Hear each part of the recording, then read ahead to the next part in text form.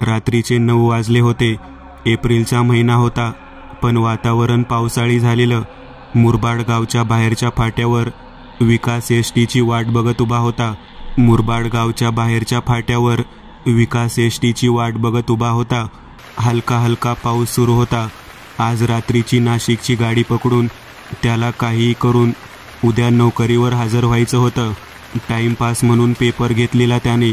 प्रवास टाळावा असं राशी भविष्य त्याच्या मिथुन राशीसमोर लिहिलं होतं. पण या असल्या राशी भविष्याकडे लक्ष देऊन आपली कामं कोण टाळतं?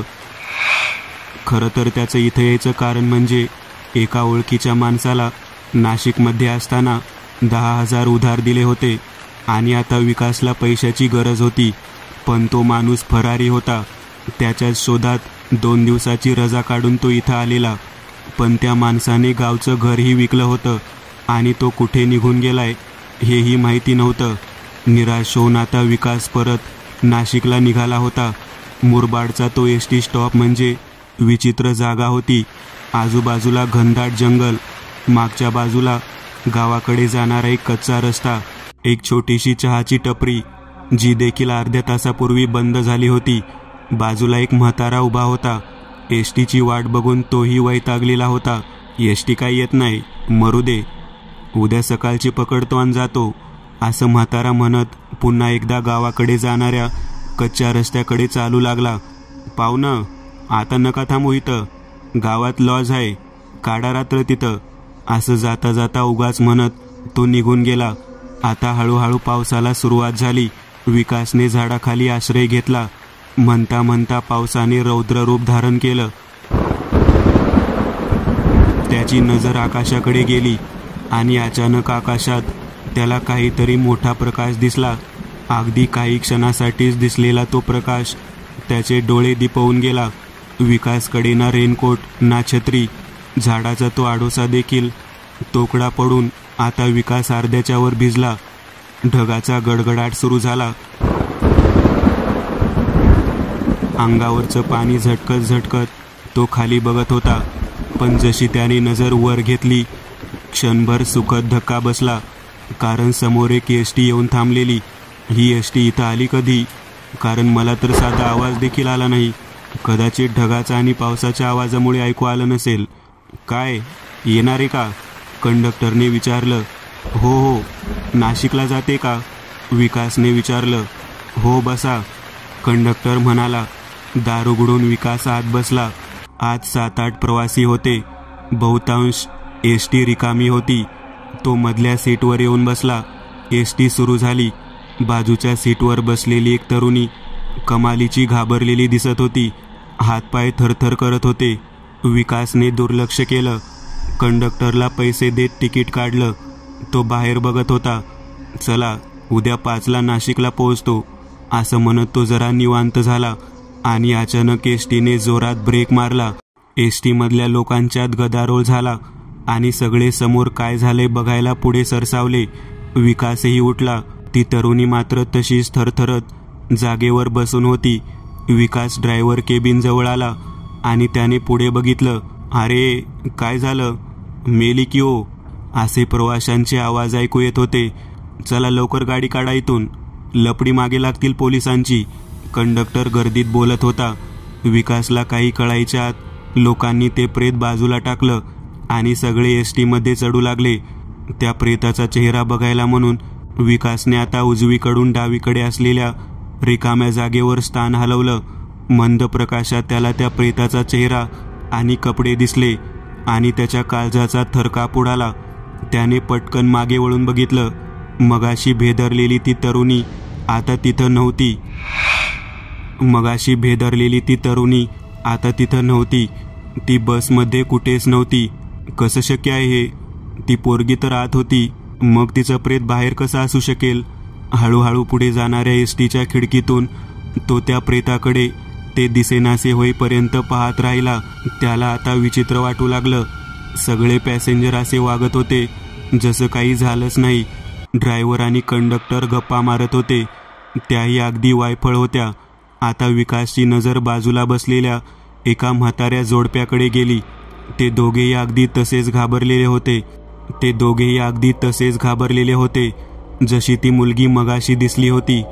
ते असे थरथरत होते जसं की कोणती तरी मोठी आपत्ती त्यांच्यावर कोसळणार होती. काही सेकंद विकास फक्त त्यांच्याकडे नुसता बघत राहिला. अचानक एसटीने पुन्हा करकचून ब्रेक मारला.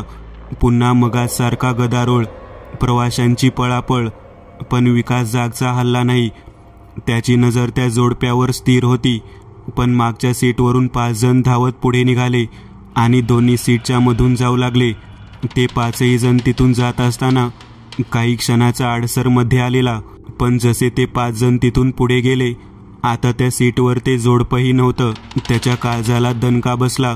बाकी पॅसेंजर बघत होते त्या दिशेला. त्याने खिडकीतून डावीकडे बघितलं आणि आता मात्र त्याला काही कळेनासं झालं.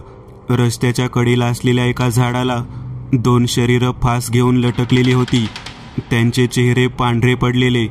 ते चेहरे त्या जोडप्याशी 100% मिळते जुळते होते. हे घडत असताना ड्रायव्हर आणि कंडक्टर हास्य विनोद करत हसत होते. बाकीचे पॅसेंजरही खिदळताना दिसत होते. विकासला आता हे सगळंच भयान वाटू लागले. गाडी अजूनही थांबून होती. अचानक मागच्या सीटवरून कोणी जोरात किंचाळलं. एक स्त्री मागच्या सीटवर एकटीच बसलेली आणि विवळत होती. विकासच्या अंगावर सरसरून काटा आलेला. आणि त्याच वेळी सगळे पॅसेंजर आता गाडीच्या उजव्या बाजूला असलेल्या रानात बघून जोरजोरात हसू लागले. अंगाला आग लागलेली एक स्त्री त्या माळरानात गोल गोल फिरत विवळत होती. तिचं ते विवळणं अगदी आत बसलेल्या बाईसारखंच होतं. हे दृश्य बघतानाही सगळे पॅसेंजर हसत होते. ड्रायव्हर कंडक्टर असे बोलत होते जसं काहीच झालेलं नाही. विकासने मागे वळून पाहिलं आणि आता ती स्त्री नव्हती. विकासला आता अंदाज आला होता, ही बस आणि यातली माणसे सगळी तशीच आहेत. यात जिवंत असा तो फक्त एकटाच. मन घाबरगोबरं झालं होतं आणि अचानक त्याने स्वतः शांत केलं. त्याची नजर बसच्या मागच्या बाजूला असलेल्या इमर्जन्सी एक्झिट दारावर पडली. ते दार उघडं होतं. त्याने सीटवर ठेवलेली स्वतःची सॅक उचलून खांद्याला लावली आणि तो कसलीच गडबड न करता मागच्या सीटवर बसायला जातोय असं दाखवत शांतपणे इमर्जन्सी दाराजवळच्या सीटला येऊन टेकला. सगळे पॅसेंजर एक एक करत आता स्वतःच्या जागेवर बसायला म्हणून आत आले आणि त्याच क्षणी त्याने मागच्या इमर्जन्सी एक्झिट दरवाजातून बाहेर उडी मारली. तो रस्त्यावर उठून उभा राहिला आणि एसटी सुरू झाली आणि पुढे गेली. त्याला मागे कोणीतरी उभा असल्यासारखं जाणवलं. त्याने मागे वळून बघितलं आणि त्याची वाचाच बसली. कारण ती तरुणी, ते म्हातारं जोडपं आणि ती स्त्री असे 4 जण त्याच्या मागेच उभे होते आणि पुढे जाणाऱ्या एसटीकडे बघत होते. विकासची दातखिळी बसली. त्याने एसटी जात असलेल्या दिशेला बघितलं. एसटी दूरपर्यंत कुठेच नव्हती. अचानक मागून जोराचा हॉर्न कानावर ऐकू आला आणि विकास दचकला आणि त्याने मागे वळून बघितलं. त्याच्या अगदी 3 फुटावर आणखी एक एसटी उभी होती. रस्त्यावर आता ते आत्मे कुठेही नव्हते. मरायचंय का? बहिर आहेस का? किती वेळचा हॉर्न देतोय? एसटी ड्रायव्हर खेकसला. नाशिकला जाणारी एसटी होती ती. त्या जागा होती. विकास एसटीच्या दाराशी आला. एसटीमध्ये पॅसेंजर दिसत होते आणि सगळे नॉर्मल वाटत होते. कंडक्टरने दार उघडून त्याला आत घेतलं. विकास मागच्या सीटवर जाऊन बसला. बाजूला एक जाड भिंगाचा चष्मा घातलेला एक मध्यमवयीन माणूस बसलेला. हातात एक जाड असं पुस्तक होतं.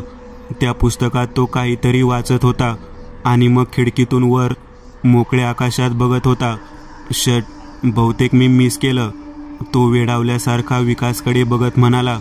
सॉरी, आपण मला काही म्हणालात? विकासने विचारलं.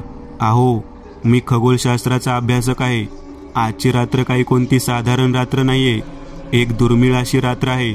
आज पृथ्वीच्या कक्षेतून निकोलस नामक एक धूमकेतू जाणार आहे. हा असा धूमकेतू आहे जो यापूर्वी 112 वर्षांपूर्वी पृथ्वीच्या कक्षेतून गेला होता. म्हणजे 15/4/1912 साली टायटॅनिक जहाज याच दिवशी बुडालं होतं.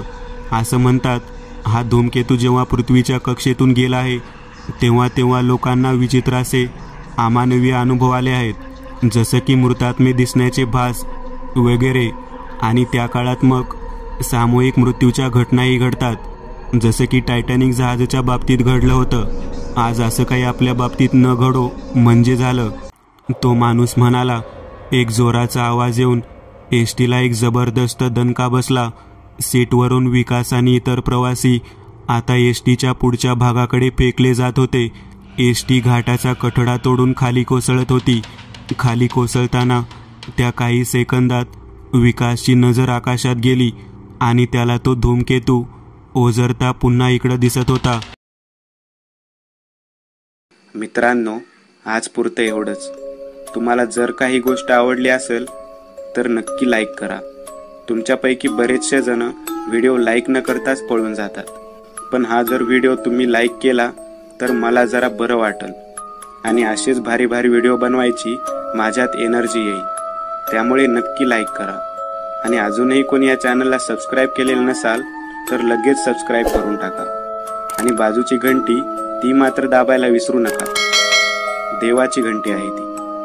चला तर मग पुन्हा भेटूया अशीच एक आगळी वेगळी गोष्ट घेऊन पुढच्या